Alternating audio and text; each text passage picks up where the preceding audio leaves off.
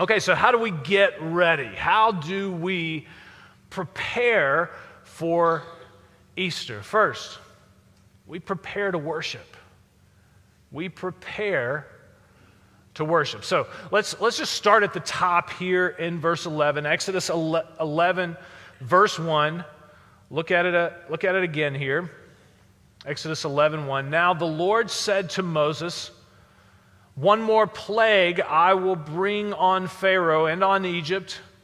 After that, he will let you go from here. When he lets you go, he will surely drive you out from here completely." Verse 2, "Speak now in the hearing of the people that each man ask from his neighbor and each woman from her neighbor for articles of silver and articles of gold." Now, unless you're doing your own thing over there, playing Minecraft or something, you're probably wondering, what does this have to do with worship?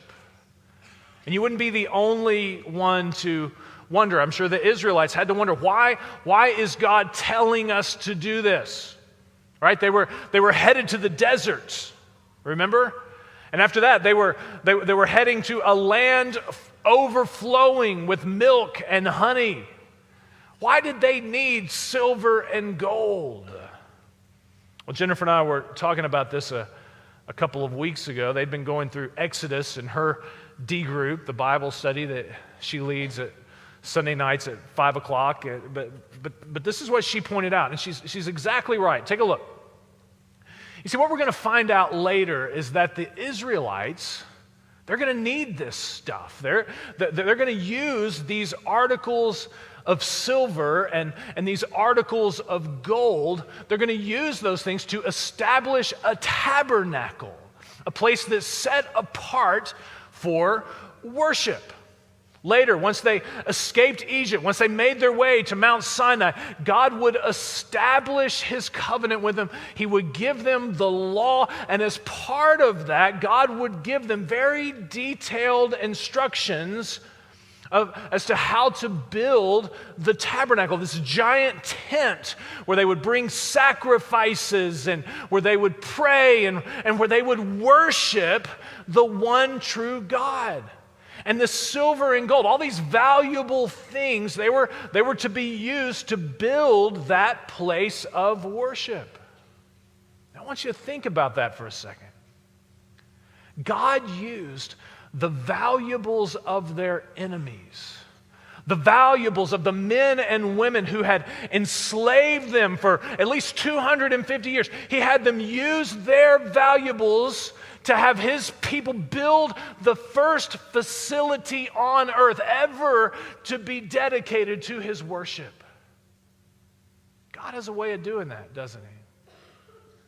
God has a way of taking something evil and redeeming it, making something glorious out of it. Take today, for example. As you know, today is Palm Sunday. And historically, Palm Sunday has been really a day of mixed emotions. On the one hand, it's a day of celebration, right? Jesus riding into Jerusalem on a donkey, people shouting praises, laying palm branches in front of it, celebrating so loud the neighbors were complaining, right? That type of celebration. It was a celebration so significant that Jesus told the ones who were complaining, he said, listen, if they weren't doing it, the rocks and the stones would cry out in their place. It was a day of celebration.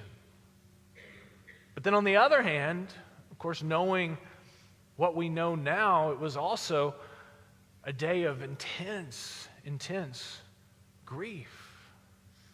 Grief of knowing what was coming. Grief in knowing that these people shouting his praises today will be the same people shouting, "Crucify him," on Friday.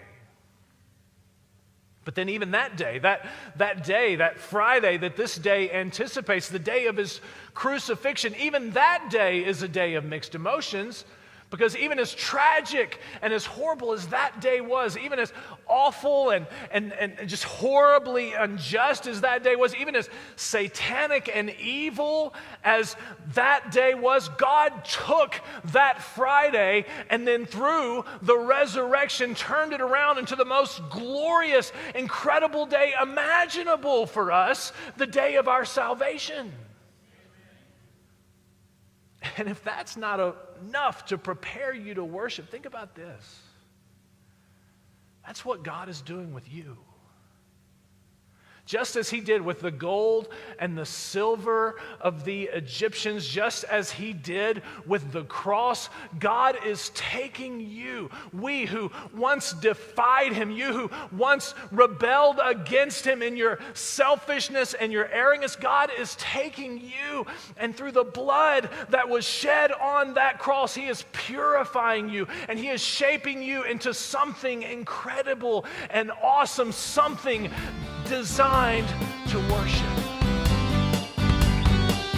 let that be on your heart and on your mind this week as you set your sights on Easter. Remember what God has done for you. Remember, recognize what he's doing